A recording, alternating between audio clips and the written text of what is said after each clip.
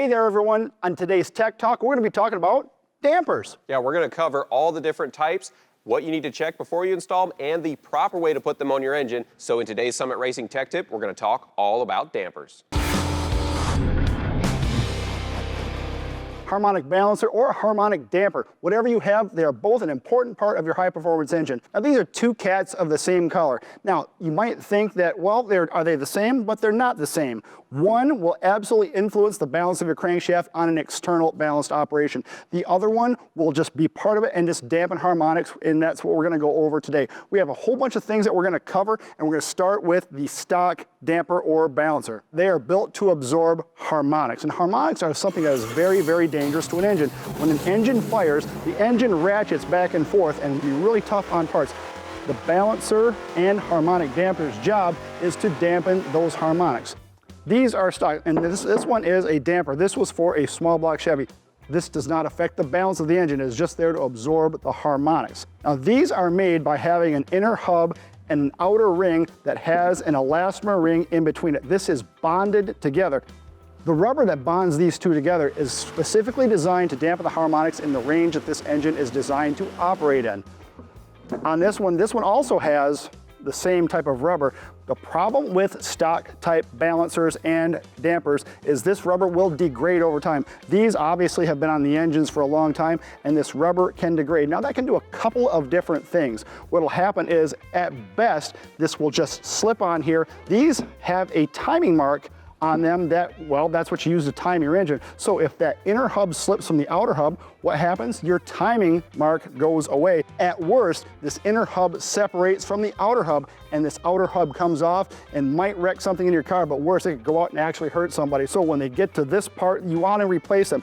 Stock dampers are very inexpensive, but consequently, they're not very good for high RPM or increased performance like a hot rod engine. So that's where these aftermarket ones come in. Yeah, these are really important because what you want to do when you go to an aftermarket setup is you want to cancel more harmonics, more vibration, because the engine is making more power. Those explosions inside the cylinder are a lot stronger. So when you go to an aftermarket one, they're built a little bit differently to make them safer. So if we take, for example, the Summit Racing one here, this is SFI approved. What that means is it's been tested by the SFI Foundation to make sure that it's safe for racing. And the big key thing, like Pat was talking about, is we want to make sure this outer ring can't come off. So the outer ring, it works the exact same way. It has a bit of bonded rubber between the inner hub and the outer ring, but the outer ring is made so that it physically can't come off when this plate on the front is bolted on. So at worst, even if it fails, it can spin on there, but it cannot separate from the inner hub and come off and potentially hurt somebody or wreck your car, cause a crash, something like that. The other big thing is when you talk about external balance harmonic balancers, in an SFI one, you'll notice that the weight is actually mounted directly to the hub. It is not on the outer ring like our stock Ford one over there, because we don't want to have that force on the outside on the ring, because then that force is trying to be transferred through the rubber and adds stress and could potentially fail. So we bolt the external weight directly to the hub, and it's usually bolted on like this one, so it's mechanically locked on. And as a bonus, if you ever need to remove it and switch your engine to internal balance, you can go ahead and take that off and continue to use your damper. Those are the main differences. They also have incremented timing marks usually for more accurate timing settings, and the rubber is a little bit stronger for those high performance applications, but in theory, they work on the same principles as the stock ones. That pretty much covers our bonded elastomers. Now we're going to go to a different type of elastomer. Works under the same principle, but this one is specifically built for high performance applications. This is a rebuildable one. This has a type of O-ring in it that is inserted here, and it is tuned for specific frequencies depending on the application. The great thing about these is you can vary the durometer of these rings, and you can actually change the tune frequency of what this damper actually cancels out in the engine. These go together super simple, and then this inner hub will go and get pressed in there, and then this is physically bolted to the hub. So you can even run belt drives or blower drives or anything off this, and it is SFI approved just like the other ones, so it is super safe at RPM in high performance applications. Now the last style is completely different from all of the elastomer ones. It works off a completely different principle, but it still has the same goal, and that is a viscous fluid style of harmonic damper. The outer ring actually has a cavity in it that is filled with a very heavy viscosity fluid, kind of like liquid silicone if you can think of it like that. And then it has an inertia ring inside of it that is free to move, but again, it's a very thick fluid. So what happens is when this damper is trying to rock back and forth as vibrations go through the crankshaft, that inertia ring trying to move that fluid, that's what actually dampens out the frequencies. The cool thing about these is they actually dampen a wider range of frequencies than even the tunable elastomer style dampers. So for street car stuff that is running relatively high horsepower numbers, they're pretty good for that. They do have a two-piece design, kind of like the band style elastomers. They have an inner hub and then the outer ring that is physically bolted to it.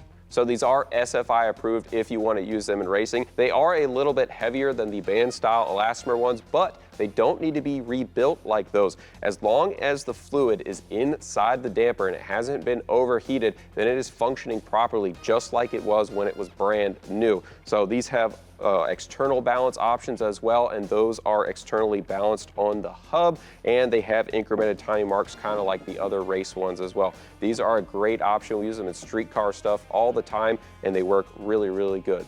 So these are a great option for high performance engines as well. So we've told you all the different types. Now we're going to show you how to properly size and install one of these on an engine. All right, we have a little example set up for you with one of our dyno mules, a 406 cubic inch small block Chevy, and the proper damper that goes with it. One of the most critical dimensions on the damper, besides having the right diameter for your engine and your timing pointer, is the clearance or interference fit between the center bore of the damper and the crankshaft snout. 99% of dampers use an interference fit, and manufacturers are really, really good at setting that up properly from the factory, but it's not a bad idea to double check it, because if there is some kind of mismatch there, you do not want to get halfway through installing this thing and then find out it's too tight. So what we need to do that is a smaller bore dial bore gauge and then the correct micrometer for your crankshaft. Now, obviously, this is specialized equipment that an engine builder will have. Now, if you're going to be building a lot of engines, pretty smart to invest in some stuff. So what we're going to do is we're going to mic the end of the crankshaft first to get a measurement. It's very familiar to what we're doing, like if your watch has ever checked main bearing clearance or rod bearing clearance, same procedure. So we're going to use this to set up our dial bore gauge. So we have this set up with the 1-inch 260 setting on it, and we're going to make a little clearance here, and then we are going to basically do this just like he said, just like when we do main rod bearing clearance. We're going to zero out our dial bore gauge to the setting on the micrometer. This will give you a direct measurement, which is the difference between the end of the crank and the inside of the harmonic damper.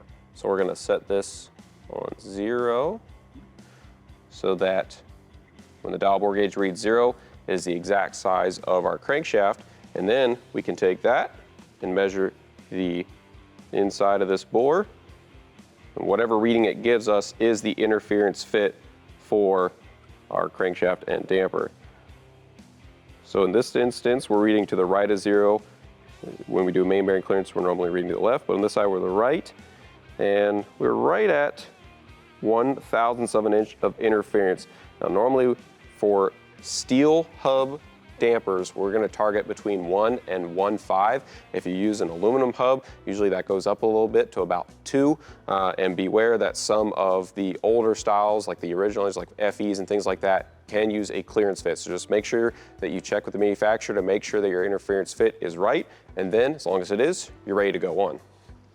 All right, we've confirmed that our press fit is correct. So the next thing we're going to do is just get this installed. A couple of important factors. With our seal, we got to make sure that our seal has lube. You do not want to start that dry unless it is a Teflon-based seal that requires it to start dry. Then you do that. But other than that, we're going to put a little bit of lube right on the outer hub.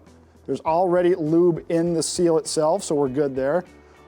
Also, we're going to put a bit of anti-seize in the bore of the balancer here. Now you don't have to get crazy. That's probably enough for 20 engines right there, but we're gonna get that spread out. And now we are ready to go on. So what we're gonna do is make sure our key is lined up with our key on there.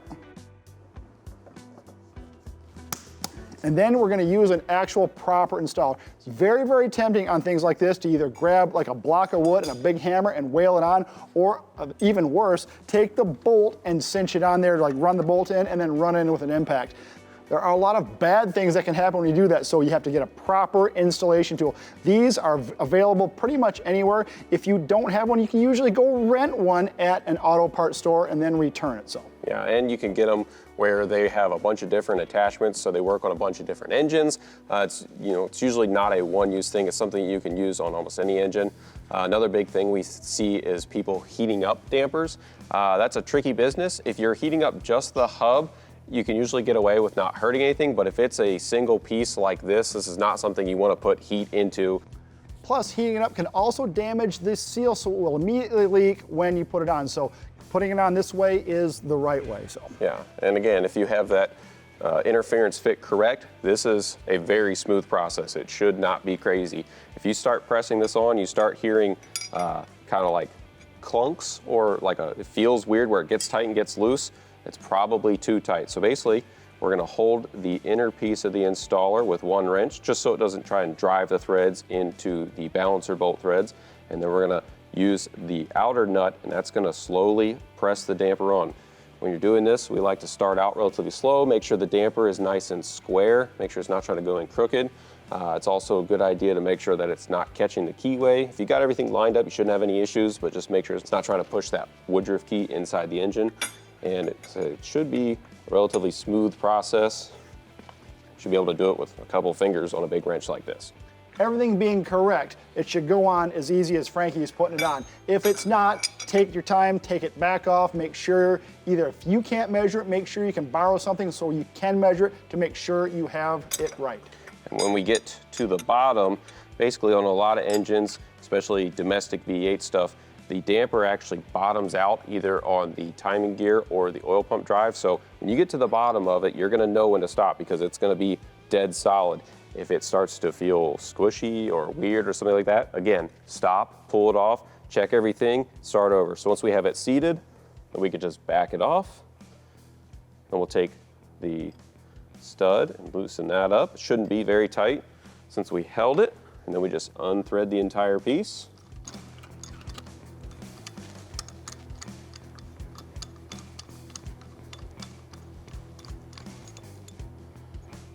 Make sure your adapter comes out with it. If it doesn't, you just use a socket to pull it out, stick your damper bolt in the hole. Now we've covered a lot of information, not only what damper to use in what situation, but how to get it sized and installed the right way. So the next time you want to do this yourself, you do it right.